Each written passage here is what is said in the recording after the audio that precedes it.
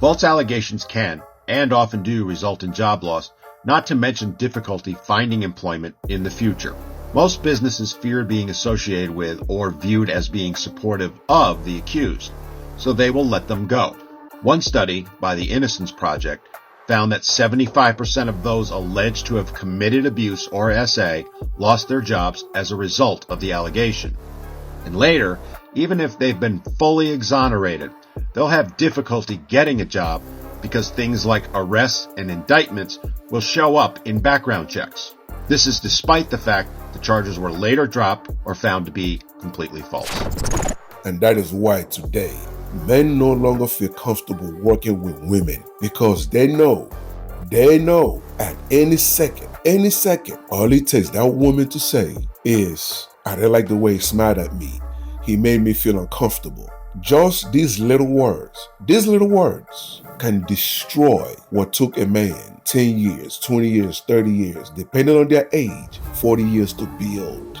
And women today in 2024, women still don't get it. Women still don't understand why men are starting to avoid them at work.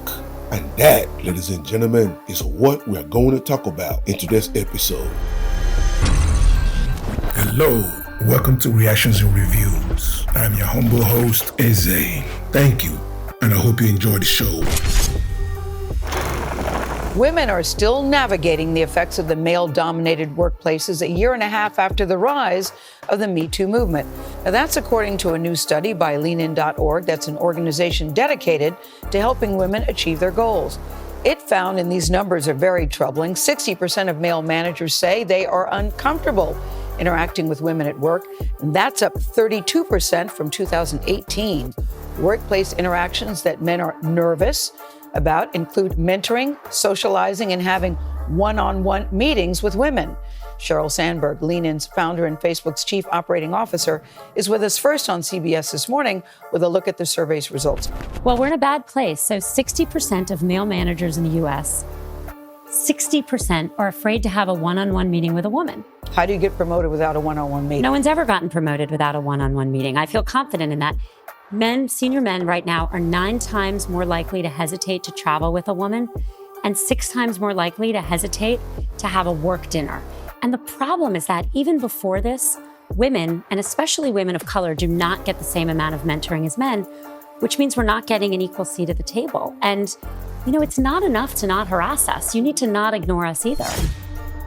Hold on. Did you guys just notice what this...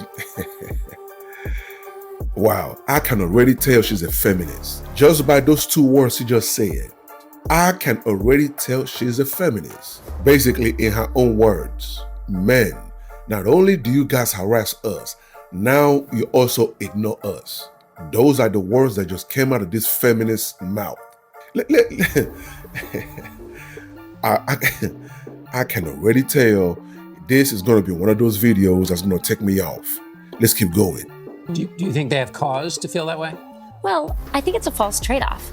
I think people can travel. I think people can go to dinner. I think people can have one-on-one meetings. All of those things can be done in public places, and everyone can behave appropriately. But if there's a man out there who doesn't want to have a work dinner with a woman, my message is simple. Don't have one with a man. Yeah. Group lunches for everyone. Make it explicit, make it thoughtful, make it equal. And the reason why this troubles me so much is that if men are doing the right thing and they're behaving appropriately, they don't have to worry about any of this. They don't have to worry about being accused. You say men need to step up. Men need to step up. We need to redefine what it means to be a good guy at work. It's not enough to not harass, and I think too many people think that's sufficient. That's necessary, that's a basic, but it's not sufficient. Women need equal opportunity. Oh, shut up. Yes, I said it. I knew she was a feminist. So just shut your ass up. Man, this is ridiculous. This is straight up ridiculous. Ladies and gentlemen, this is the problem. Women like her are the problem. They are the real reason things are worse in 2024 because they refuse to hold women accountable. You understand what I'm saying? She's acting like there's no such thing as false accusation. Like women don't lie on men. How many men my brothers and sisters, have been ruined because of false allegation. And this lady right here is going to sit here and blame men without holding women accountable for their behavior. Like I said at the beginning of the intro, all it takes is one woman to get upset for whatever reason. She could be having a bad day at home with her man, with her father, with her mother, whatever the reason may be. She comes to work and you say the wrong thing that pisses her off. Guess what, brother? Your career is over. Your life is over. You will lose everything. If you made it this far, hit that like button and leave a comment to trigger YouTube's algorithm. So hit that subscribe button and hit that bell to let you know every time I upload a new video. One unpopular opinion that I have that could make people wanna me is women that make false accusations about men when it comes to molestation, harassment, assault, all those things. Those women need to serve time in prison. I did not say that they should pay a fine. I said they need to serve time. Go to prison. For those of you that want to say that I sound like a pick-me or whatever the case may be, I don't care about that. And the reason why I don't care about that is because it could be your brother, it could be your uncle, it can be your father, it can be your cousin, it can even be your grandfather, it can be any male figure that is significant in your life. You also need to understand that, one, there are women out there that are just straight grimy. They get mad at you, they want to get petty, they want to see you suffer, so they try to formulate those kinds of accusations to ruin your life.